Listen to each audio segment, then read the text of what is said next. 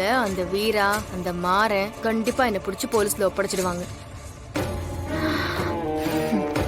சூர்யா கண்ணில் பட்டா திரும்ப நம்மளை கடத்தி வச்சு அந்த மாறனை பழி வாங்குவான். இல்ல நம்மள கொன்னாலும் கொன்னுடுவான். நான் உயிரோட இருக்கிறது தான் இப்ப அவனுக்கு பிரச்சனை. என்ன பண்ணலாம்?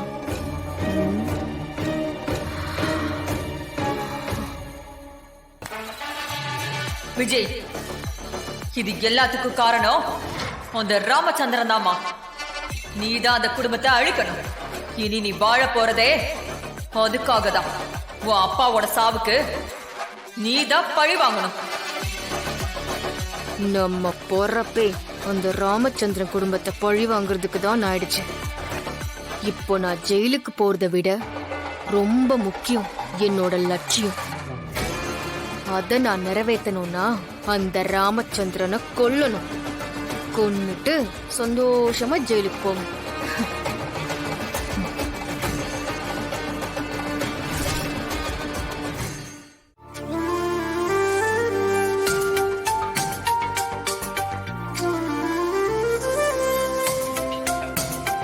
ஒருத்தர் முகத்திலும் தெளிவில்லை. எல்லாரும் அவங்களுக்குள்ள எதையோ ஒன்று போட்டு யோசிச்சுட்டு இருக்காங்க.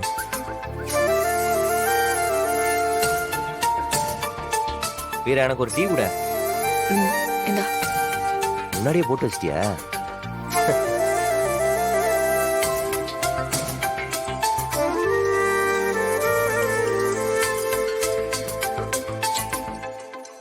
இவங்க எது கூப்பிடுறாங்க? திரும்ப விசாரணைன்னு வர சொல்ல போறாங்களா? யாரு போன்? ஒன்றும் இல்லைப்பா, ராங் நம்பர்.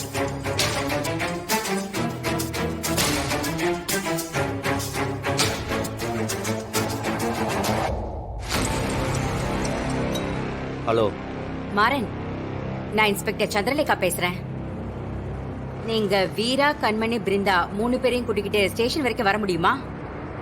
இல்ல மேடம், அதெல்லாம் முடியாது. ஏன் வர முடியாது மேடம்? மாறன், விஜியை யாருமே கொல்லல. அவ உயிரோட தான் இருக்காங்கிற இன்ஃபர்மேஷன் கிடைச்சிருச்சு. அத நாங்க கன்ஃபார்ம் பண்ணிட்டோம். அதான் அவங்க 3 பேரையும் வர சொல்லி சைன் வாங்கிட்டு இந்த கேஸ்ல இருந்து ரிலீஸ் பண்ணிடலான்னு பாக்குறேன். மேடம், நான் ஸ்பீக்கர்ல போடுறேன். நீங்க சொன்னது ஒரு நிமிஷம் திரும்ப சொல்றீங்களா? எல்லாரும் கவனமா கேட்டுக்குங்க. சந்திரலேகா மேடம் உங்கள்கிட்ட ஏதோ சொல்லணுமா? மேடம், இப்ப சொல்லுங்க.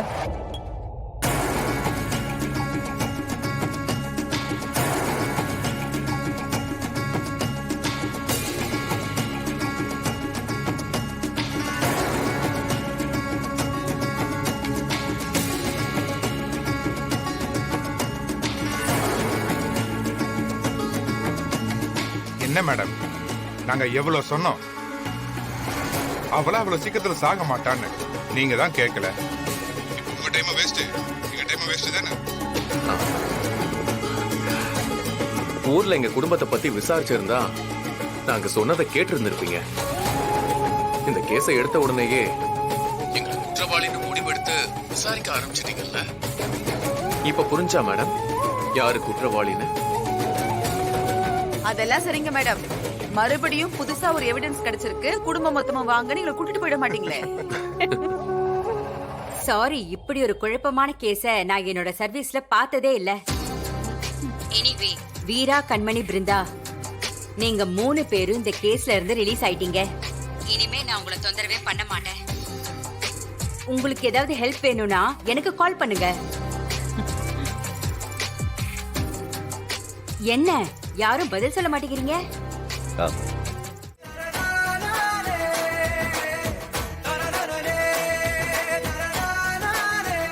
எல்லா கண்ணும் இதோட போய் தொலைணும்.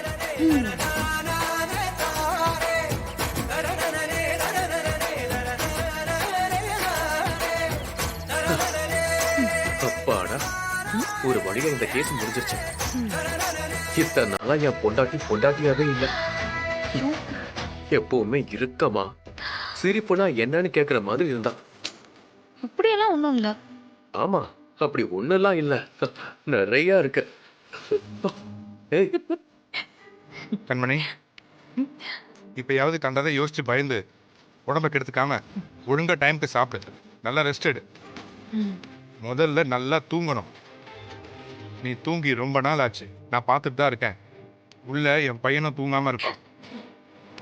நீங்களும் தான் முன்ன மாதிரி இல்ல. கடை திரும்ப கிடைச்சதுக்கு அப்புறம் என்ன கண்டுக்கவே இல்லை. நானும் என்ன கண்மணி இப்படி சொல்லிட்ட? இங்க பார், இனிமே கடைக்கே போகாம உன் கூடவே இருக்க போறேன். டேய், அவ என்னமோ ஒரு பேச்சுக்கு தான் சொன்னா. உடனே நீ பொண்டாட்டி முந்தானிய புடிச்சிட்டு சுத்தறதுக்கு ரெடி ஆயிடாத. பிறக்க போற குழந்தைக்கு நிறைய சம்பாதிச்சு சொத்து சேர்த்து வைக்கணும், புரிஞ்சுதா? உள்ள வா பொண்டாட்டி ராசா. நீ ஷாக்கால அதான் உண்மை. வா சரி, வா. வா, உள்ள வா.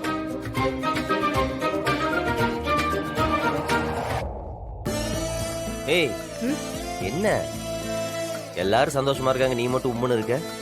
இல்லடா, மனசுக்குள்ள ஏதோ ஒரு மாதிரி பாரமா இருக்கு. புரியல. அந்த விஜயை இன்னும் போலீஸ் அரெஸ்ட் பண்ணல. அவ வெளியில இருக்கிற ஒவ்வொரு நிமிஷமும் நமக்கு ஆபத்து தான்டா. நான் உன்னை சொன்னா நீ கேப்பியா? சொல்லு. பேசாம அவளை போலீஸ் அரெஸ்ட் பண்ற வரைக்கும் நம்ம எல்லாரும் குடும்பமா வேற எங்கேயாவது போயிட்டு இருந்துட்டு வரலாமா? என்னடி அவெல்லாம் ஒரு ஆள், அவளுக்கு போய் பயப்பட்டு இருக்க? அதுக்காக சொல்லல மாறா. அவ எதுக்கும் துணிஞ்சவ, என்ன வேணாலும் பண்ணுவா. பண்ணுவா பண்ணுவா.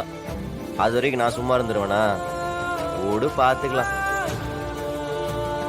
வா, இன்னைக்கு ஏதாவது ஸ்பெஷலா சமைச்சு தரேன்.